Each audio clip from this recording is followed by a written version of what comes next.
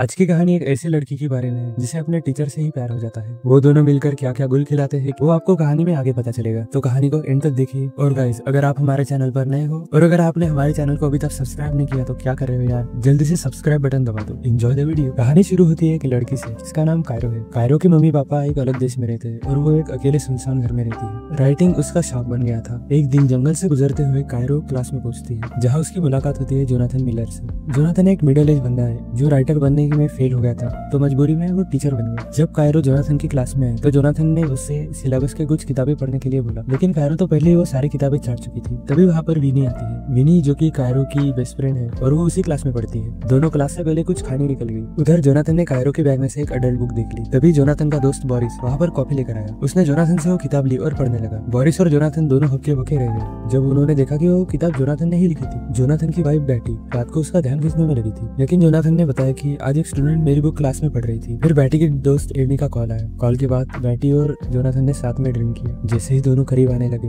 बैटी को फिर से कॉल आ गया। जोनाथन चिढ़ गया। अगले दिन जोनाथन ने सब बोरिस को बताया और बोरिस ने उसका मजाक उड़ाना शुरू कर दिया। तभी दोनों ने कायरो को देखा जो जंगल से वापस आ रही थी। जोनाथन अभी भी रात की बातों से खुश नहीं था, तो वो कायरो को गौर से देखने लगा। उसने पूछा, तुम्हें जंगल से आते हुए डर नहीं लगता? कायरो ने मस्त जवाब दिया, जंगल में सबसे खतरनाक चीज मैं ही हूँ। ये सुन के जोनाथन हंस पड़ा। अगले दिन स्कूल में विनी ने अपनी किताबें गिरा दी। बोरिस समझ गया था कि वो जानबूझकर ऐसा कर रही है, तो उसने पूछा, बोल ना तुझे क्या चाहिए? विनी जानबूझकर बोरिस को छेड़ रही थी। कायरो ने भी ये सब देखकर बोली, तू तो पूरी पागल है। फिर दोनों कायरो के घर चली गई। कायरो परेशान थी क्योंकि कॉलेज में एडमिशन के लिए उसे अपनी सबसे बड़ी उपलब्धियों के बारे में लिखना था। दोनों ने बहुत सोचा पर कुछ यूनिक नहीं सोचा। तब विनी ने मजाक में बोला, तू अपने टीचर के साथ अफेयर का लिख दे। कायरो ने हंसकर बोला, अरे जोनाथन तो मुझसे 20 साल बड़ा है। लेकिन विनी मानी नहीं, बोली आजकल ये सब नॉर्मल है और वैसे भी जोनाथन तो बड़ा जेंटलमैन है, तेरे लिए परफेक्ट। विनी ने कायरो के सामने जोनाथन के बारे में बातें शुरू कर दी, जैसे कि वो कायरो को क्लास में कैसे देखता है। कायरो को ये सब सुनकर शर्म आने लगी, लेकिन उसके दिल में जोनाथन के लिए इंटरेस्ट बढ़ने लगा। अगले दिन से कायरो भी जोनाथन को घूरने लगी। जोनाथन उसके पास आया और बोला, क्लास के बाद मिलना मुझसे। क्लास के बाद जोनाथन ने बोरिस को डिनर पर बुलाया। बोरिस वहाँ से एक डांस स्टेप करते हुए निकल गए। उसके जाने के बाद जोनाथन भी वही स्टेप ट्राई करने लगा। तभी कायरो वहाँ पर आ गई। दोनों हंस पड़े और एंजॉय करने लगे। जोनाथन कायरो के लिखे एक पैराग्राफ से इतना इंप्रेस हो गया कि उसने वो पूरा पैराग्राफ वर्ड टू वर्ड याद कर लिया। कायरो ने भी देखा कि जोनाथन उसके लिखे पर कितना ध्यान दे रहा है। जोनाथन को कायरो का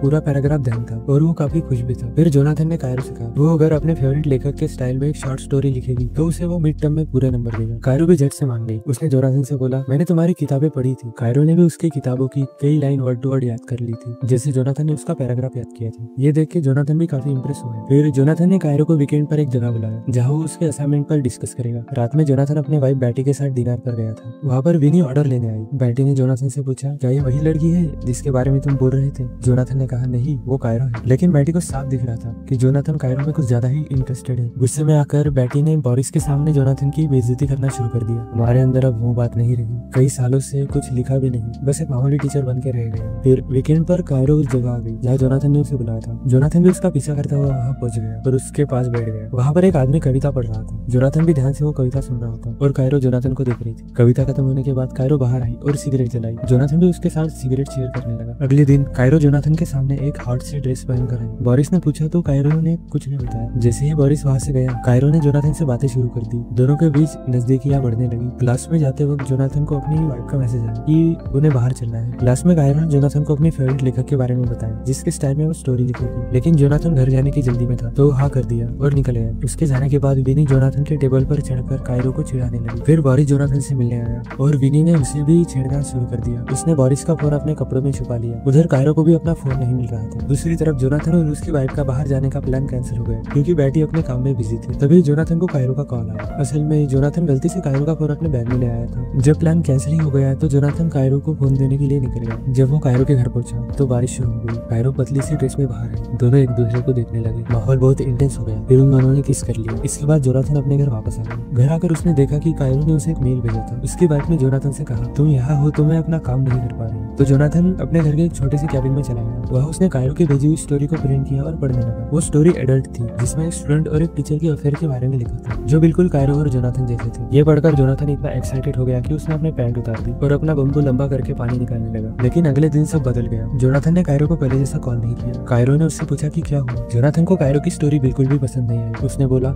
इसमें तो बहुत सारी गलतियां हैं। जब कायरो ने कहा ये स्टोरी हमारे बारे में है, तो जोनाथन ने साफ साफ कह दिया हमारे बीच कुछ भी नहीं है, हम सिर्फ टीचर और स्टूडेंट है और कुछ नहीं। यह सुनकर कायरो का दिल टूट गया। जोनाथन ने उसे धमकाया, कहा या तो फिर से लिखो वरना मिड टर्म में फेल कर दूंगा। कायरो और भी गुस्से में आ गई। उसने कहा मेरी स्टोरी परफेक्ट है, तुम्हें बस डर लग रहा है कि मैंने वो लिख दिया जो तुम कभी नहीं लिख पाए। जोनाथन को नीचे दिखाने के लिए कायरो ने उसे एक मामूली राइटर कर दिया और बोली अगर हिम्मत है तो फेल करके दिखा। कायरो रोते हुए घर चली गई और विनी के साथ बैठकर शराब पीने लगी। दूसरी तरफ जोनाथन के चेहरे पर टेंशन साफ नजर आ रहा था। उसकी वाइफ बेटी ने पूछा क्या हुआ। जोनाथन ने उसे कायरो की लिखी स्टोरी के बारे में बताया। स्टोरी को सुनते ही बेटी भी एक्साइट हो गई, लेकिन जैसे ही वो कुछ करने वाले थे बोरिस वहां आ गया। जोनाथन फिर से फ्रस्ट्रेट हो गया। उधर कायरो विनी से बात कर रही थी। कायरो ने विनी से कहा कि जोनाथन बस दिखावा कर रहा था, वो कभी भी उससे करीब नहीं था। फिर कायरो ने विनी से बोला बोरिस को मैसेज कर ध्यान भटकाने के लिए। विनी ने बोरिस को छेड़ना शुरू कर दिया, लेकिन बोरिस पर कोई असर नहीं हुआ। बोरिस का ध्यान खींचने के लिए कायरो ने एक बड़ा कदम उठाया। दोनों ने अपने कपड़े उतार दिए और बोरिस को अपनी फोटो भेज दी। जैसे ही बोरिस ने फोटो देखी वो तुरंत जोनाथन के घर से निकल गई। उसी समय जोनाथन के वाइफ को स्कूल से फोन आया। पूरे स्कूल में जोनाथन और कायरो के अफेयर के बारे में खबर फैल चुकी थी। ये सुनकर बेटी हैरान रह गई। उसने जोनाथन से पूछा ये सब एक स्टूडेंट की स्टोरी की वजह से हो रहा है या कुछ और भी हुआ है। जोनाथन ने साफ साफ नकार दिया। अगले दिन कायरो क्लास में नहीं आई, वो वाइस प्रिंसिपल के ऑफिस में थी। वाइस प्रिंसिपल ने दोनों से पूछा क्या चल रहा है। कायरो ने सब कुछ बता दिया। जोनाथन ने मुझे मिड टर्म असाइनमेंट पहले ही दे दिया था, हम साथ में सिगरेट पीते थे, स्कूल के बाहर भी मिले थे। जब जोनाथन से सवाल किए गए तब वो हिचकिचाने लगा। उसकी हिचकिचाहट देखकर वाइस प्रिंसिपल को सब समझ आ गया और उसने जोनाथन को जॉब से सस्पेंड कर दिया। ऑफिस के बाहर बोरिस ने जोनाथन को समझाया तुझे अपने लिमिट्स का ध्यान रखना चाहिए था, अब देख लिमिट क्रॉस करने का नतीजा सामने है। इतना कहकर बोरिस वहां से चला गया। घर पहुंचकर जोनाथन ने अपने